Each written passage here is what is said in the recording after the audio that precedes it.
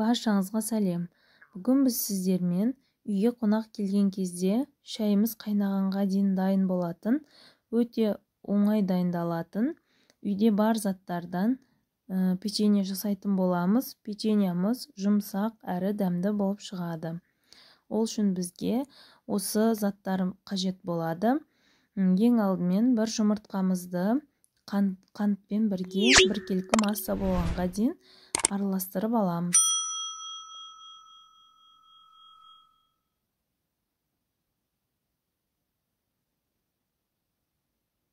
Одан кейін айранымызды құямыз және өсімдік майымызды құямыз.